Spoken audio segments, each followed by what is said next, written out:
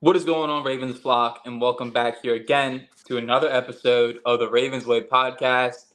Post draft, uh, we've been working towards it all off season. If you caught us over on Jason Huddle Up Films live stream, and also Voss was on Ken's live stream day two. Um, a lot of great guests to talk to. I got to talk to over the draft course. A lot of guys are very knowledgeable, and just want to give a huge shout out to them. Huge shout out to Jason for having us on. Don't know if I'm allowed to use his federal name, but I'm going to. Um, very grateful that he had us on as a co-host night one. And yeah, boss, how we doing? How we feeling? Feeling good, feeling good. I give this Ravens draft B plus A minus range for me. Probably one pick. I preferred somebody else, but overall, they hit the premium positions early with the first five picks. Really, four of them were all needs. They got a player. I pretty much think their entire fourth round. We'll get to it, but was tremendous value picks. The players that I would have been happy with in the third round. So, and they're both premium position guys. Anyway, I'm feeling pretty good. I think the Ravens roster is in a better spot today on May 2nd, 2024 than it was on May 2nd, 2023. And that's notable considering all the offseason attrition, all the unrestricted free agent departures, etc. Yeah, I was thinking about that earlier. I was like, you know what? Like at this point last year, I feel like the roster's in a better spot now, right now, the roster as a whole, than it was last year in terms of depth. Now, obviously, I think we'll hit on it after we recap the draft. But there are some spots I would like them to try and shore up and probably be a little aggressive doing it. But yeah, I definitely feel really good about the draft. I feel really good in terms of where the team is at. And I hope the bargain bin signings are going to be available at the places we need them to be available at. Well, that's the Um, point I was going to make. Yeah, go ahead. I'm sorry. Finish your thought. yeah, and the only other thing I was going to say is more likely than not, and I feel like our big need right now is probably depth on the offensive line, Hmm. at Okay. least at guard, in my opinion. Um, Okay. I think that more often than not, starting offensive linemen really aren't going to be available during these times. I mean, you see like a Morgan Moses get cut. He got cut from the Commanders and then went to the Jets and then went to the Ravens and went back to the Jets.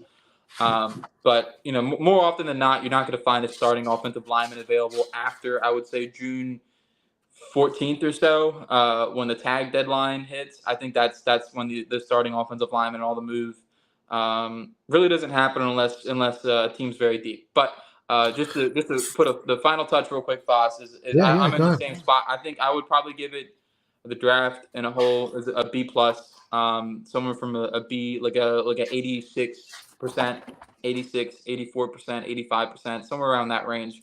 Um, Okay. I definitely Any think they decimal got they any got great decimal players. points? Like 83.6263 or something like that? Yeah, yeah. If we Give got us to some get decimal points. We need to all get right, into the 80. real nitty-gritty. Yeah, I would do 85.176. I think that would be my draft grade. Okay. Well, wait, you know what? You're a very meticulous guy. I like that about you. Um, for me, just the point I was going to make, and we're going to break down each of these picks one by one. So, but the other point I was going to make is the needs that they have now are more available. There's more supply. In technically, in my opinion, a safety and an interior offensive lineman are maybe the two places where you really would like to add a veteran. Definitely safety. Probably two veterans at safety, one on the interior.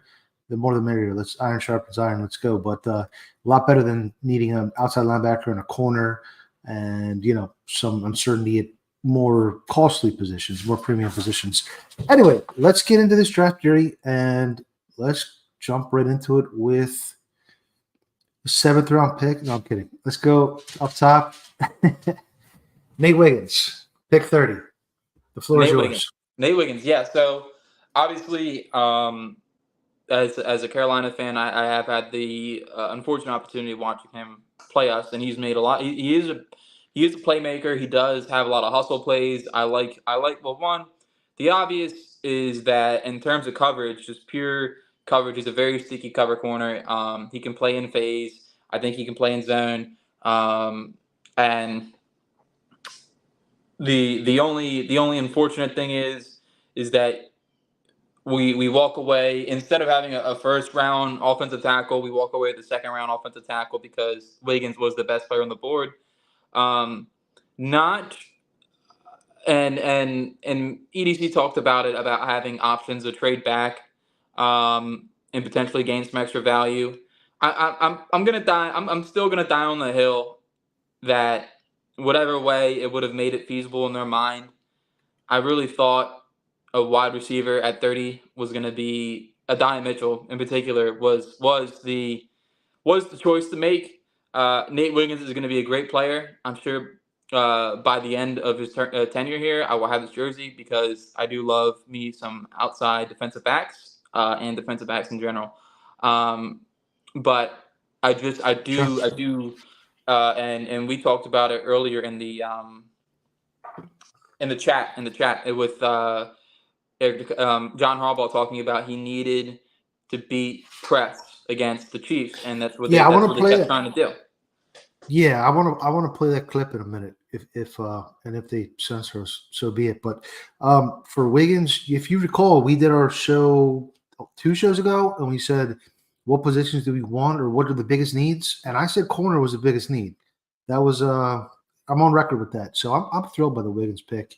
We saw some clips of he was training with the guy from UCF, what's his Baker, and he was just Javon Baker. locking him down. And he was playing like trail technique out of the slot with a two-way go, and he got beaten by a step on the first clip, and then the next 5 routes he was just totally in phase perfectly. He has the recovery speed where he doesn't bite on the little wiggle shimmy shake stuff that some of these receivers do. So I think he's going to be a tremendous player, and you can never have too many corners. Huge pick there for me. So let's move on, I guess, and let's go. Unless I don't want to cut you off by Wiggins. What else do you have on Wiggins? No, I mean, he was the 17th ranked player on my board. I did have a medical concern tag next to him, but I do think, and I made the comparison. They aren't the same style physically in terms of height and weight, but it reminded me a lot of Jimmy Smith Yeah. in terms of what he's going to bring year one and what he can bring down the line.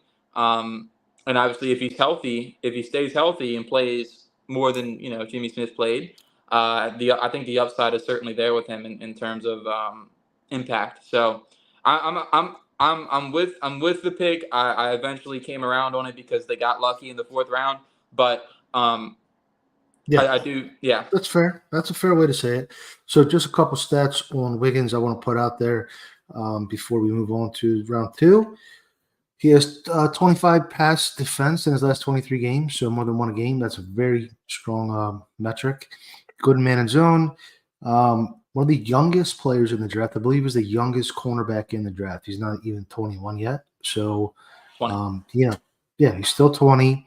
He had the best flying 20 of the 40-yard dash at the NFL Combine. Flying 20 is a final 20 yards. So the best, even better than Xavier Worthy, which means he made up a lot of ground.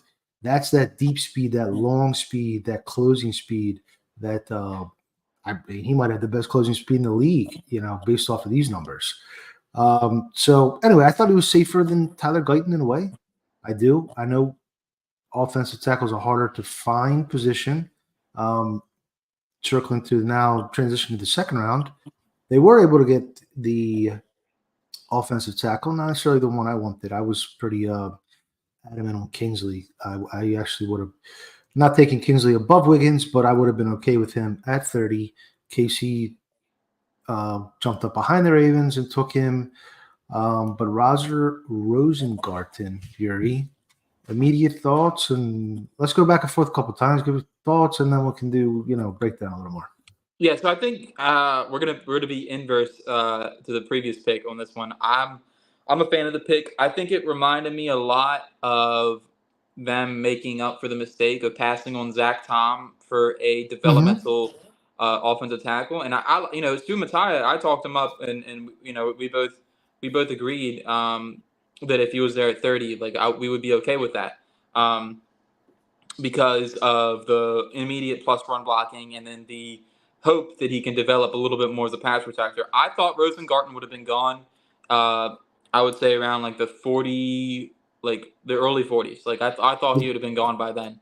The Costas model, just to interject real quick, the Costas model, he said, and I only caught the first half. Did you hear the one on the lounge today? No. They said they thought it was 40. His model, the in-house Ravens model, said it was 40%. Wiggins would be at 30. There was 80% chance Rosengarten would be there at 62. So that's the Ravens in-house analytics. So I just thought that was interesting. Go ahead. Yeah, that is very interesting. I think I need to listen to that podcast.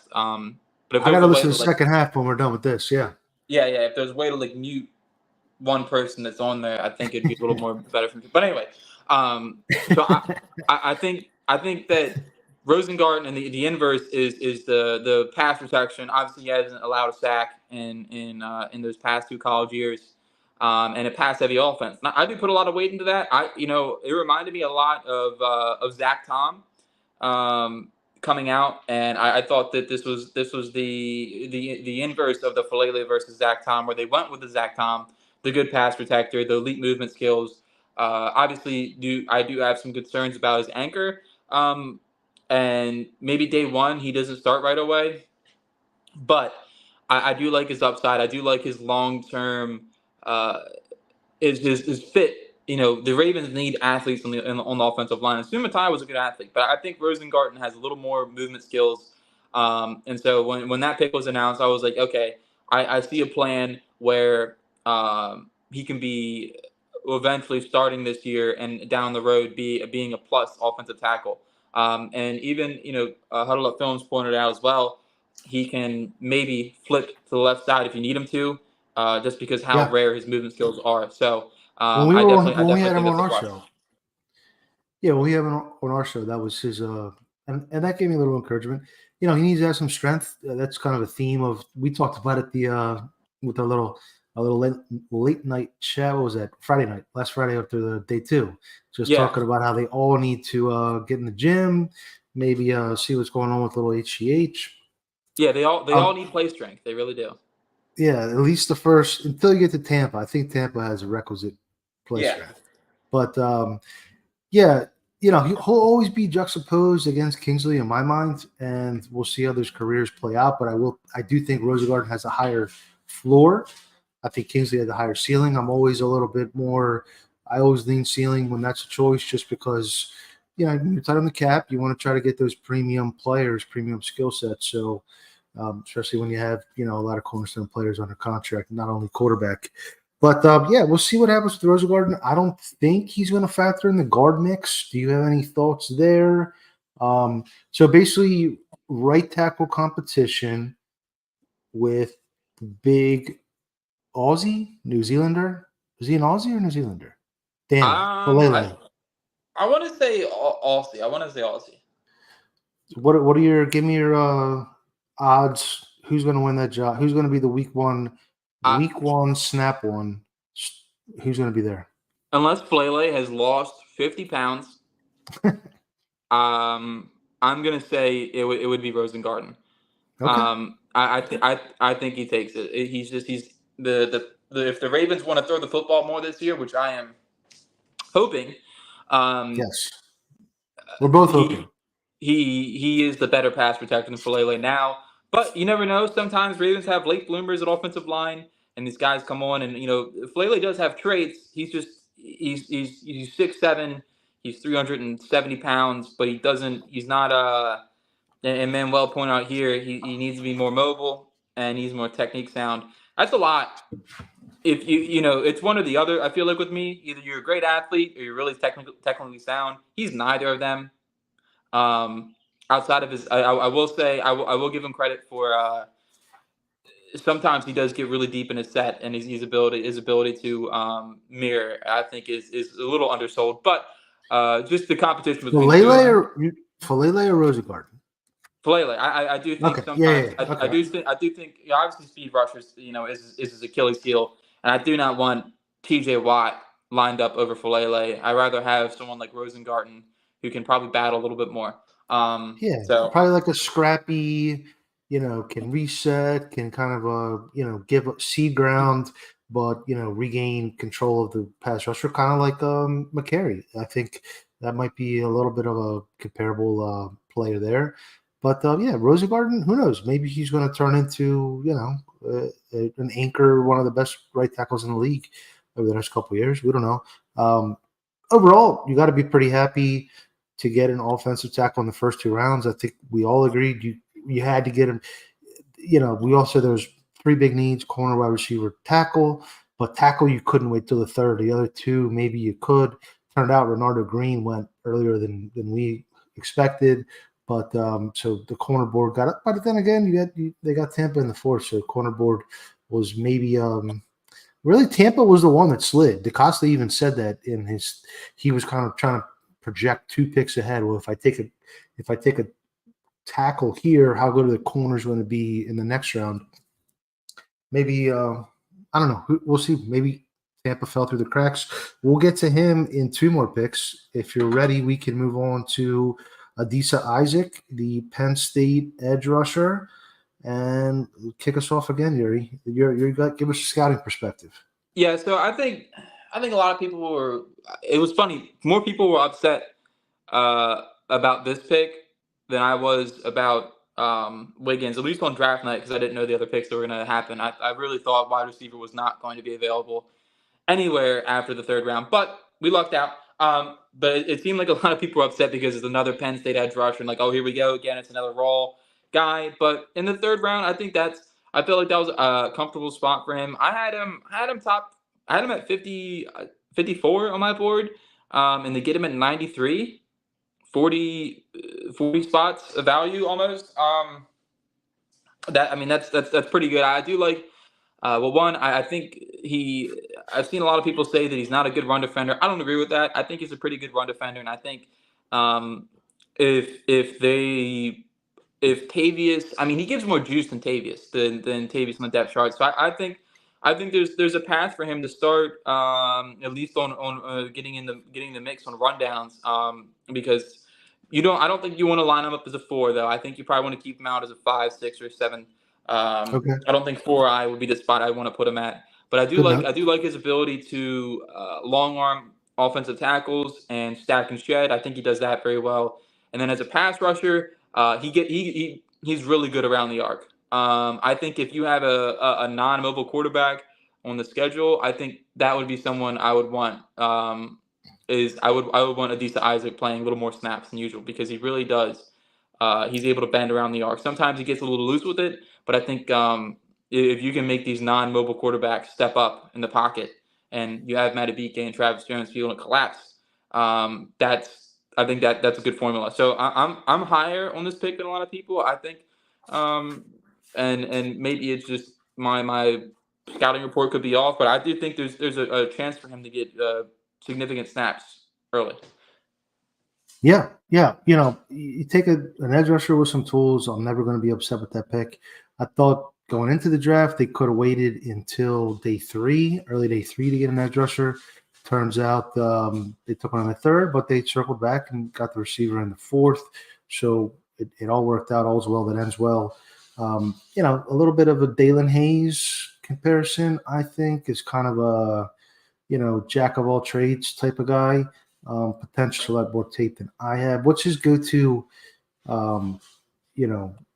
you're saying long arm or what? The bull? Ripping he loves rip and pull.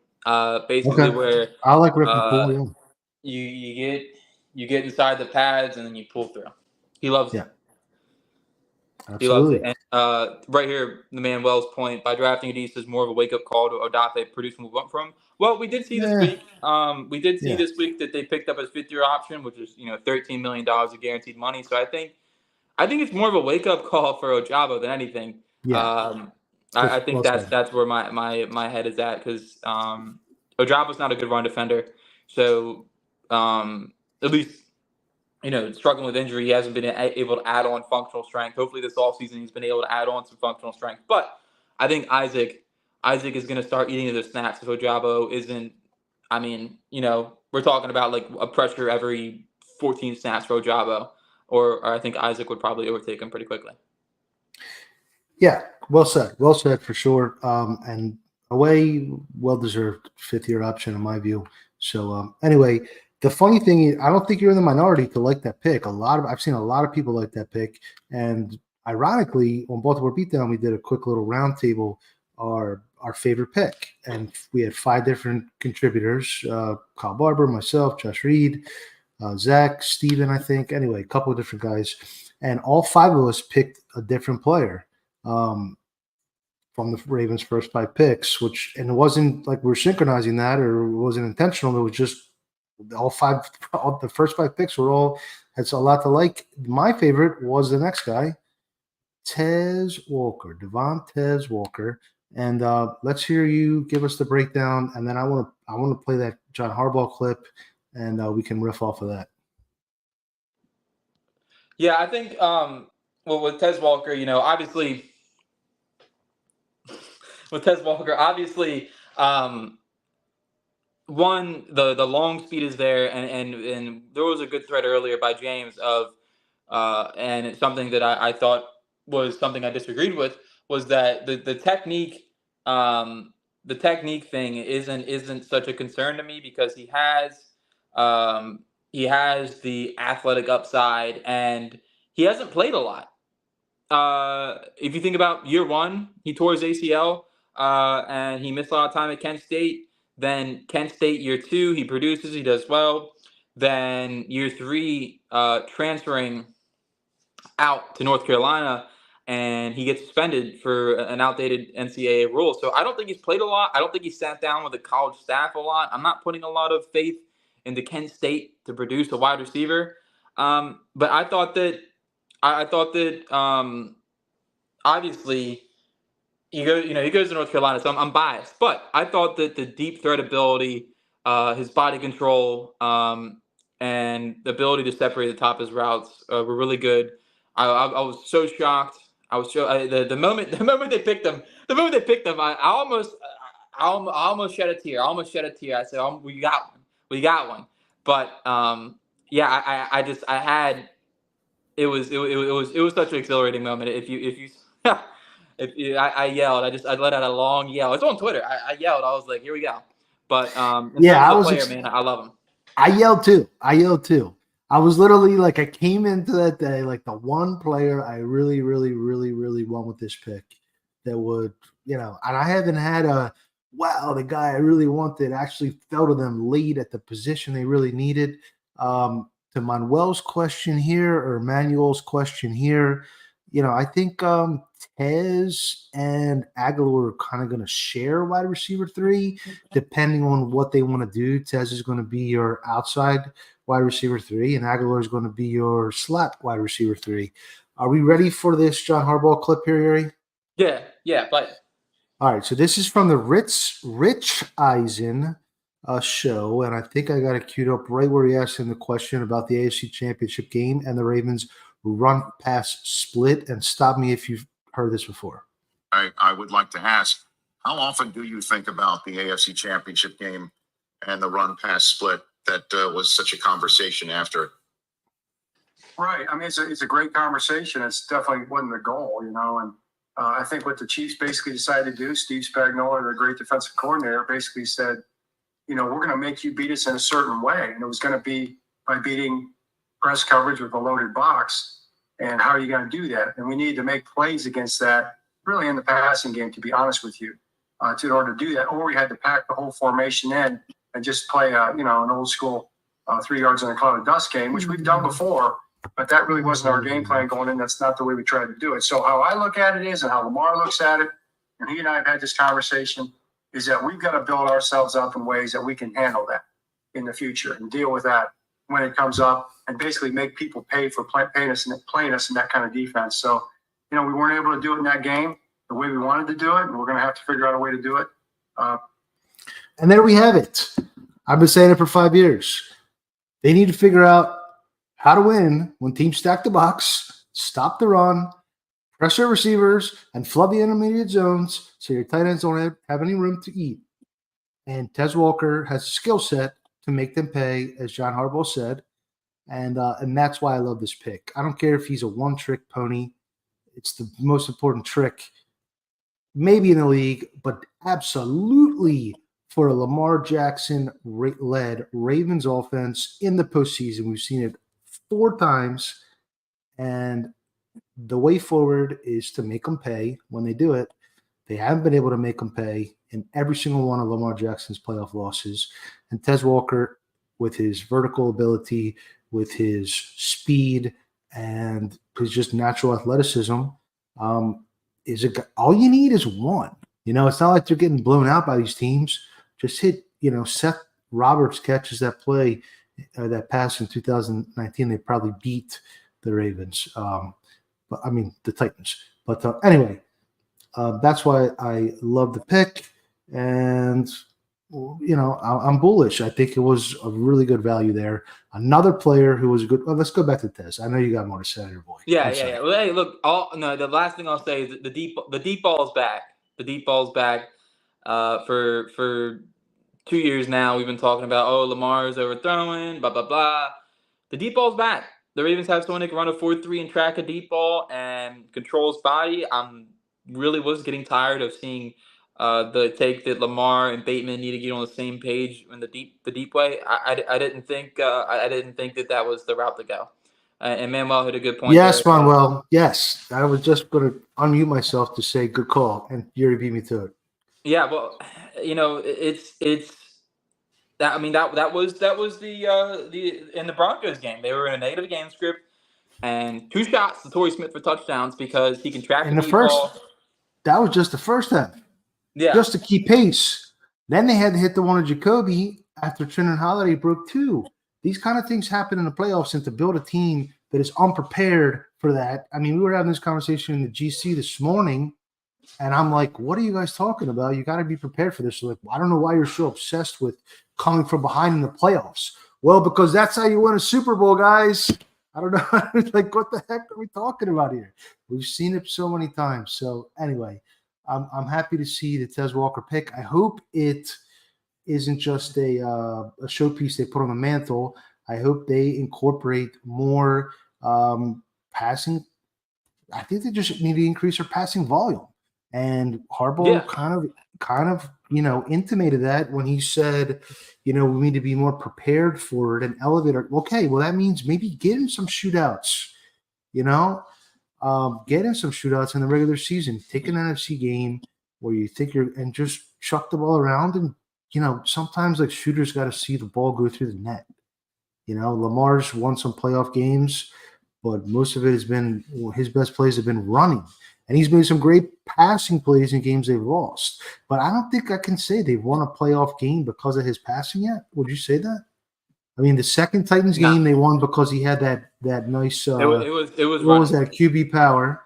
And then the Houston game, I feel like it was more running too.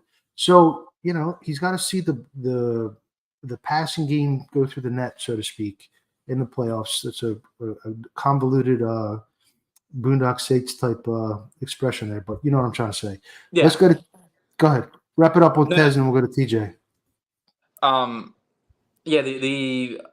just hope I hope he stays healthy because it really is it is a new element to the offense, and it will if you asked me if we had Tez Walker during the Chiefs game, would he have won?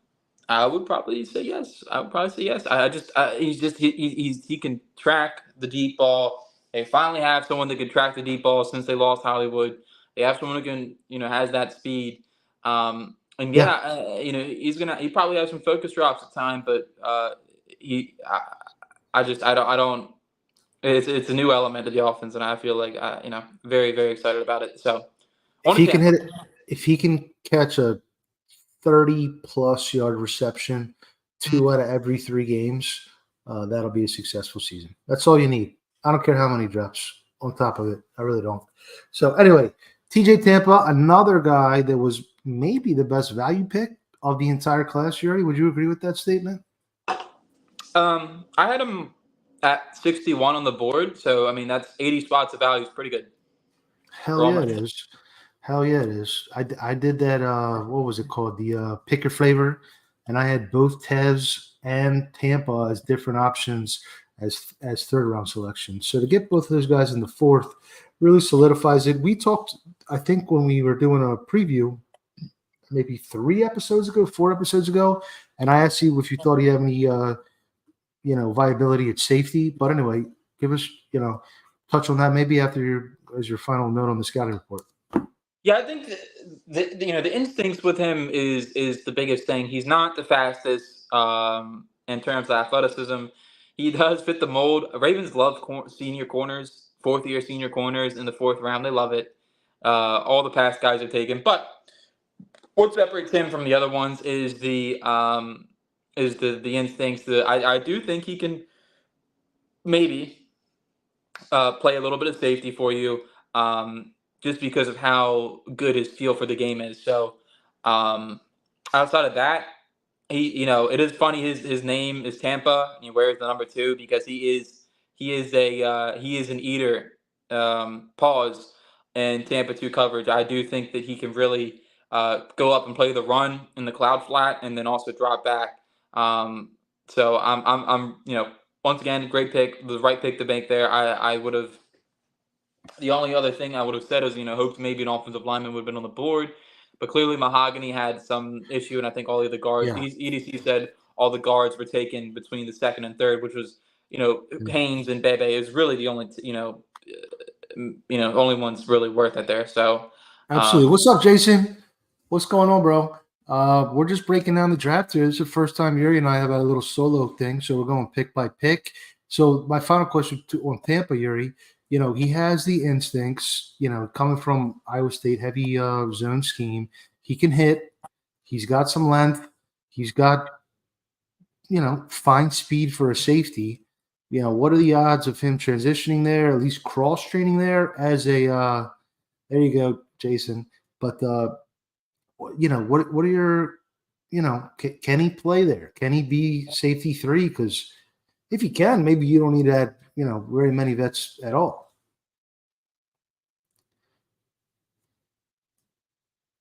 Yuri? No, can't hear you. So I guess I'll try to carry the show. TJ Tampa, also a South Florida product, which is good for the you're on mute. That's probably your problem. You're on mute. It says mute on your thing, Yuri. Tampa, also a South Florida guy. So Lamar likes that. And you came into the draft with a tremendous weakness at corner. I said it was a number 1 need, I guess, to be a little bit different, but also it was right up there with offensive tackle for me. Yuri, your microphone says mute. Yuri's having all kind of problems. But now you walk away from the room with a 4 deep of extremely high quality cornerback options, outside cornerback options. And I think that's what we talked about a few times with Jason. They didn't just need a cornerback. They definitely didn't need another slot cornerback. They already have 5 guys that can play adequately or above average in the slot. So, Yuri, are you I guess you can't hear me. It says mute. Mute. Press the mute button. Mute. I'm going to type it in the private chat. You're on mute. I still can't hear you.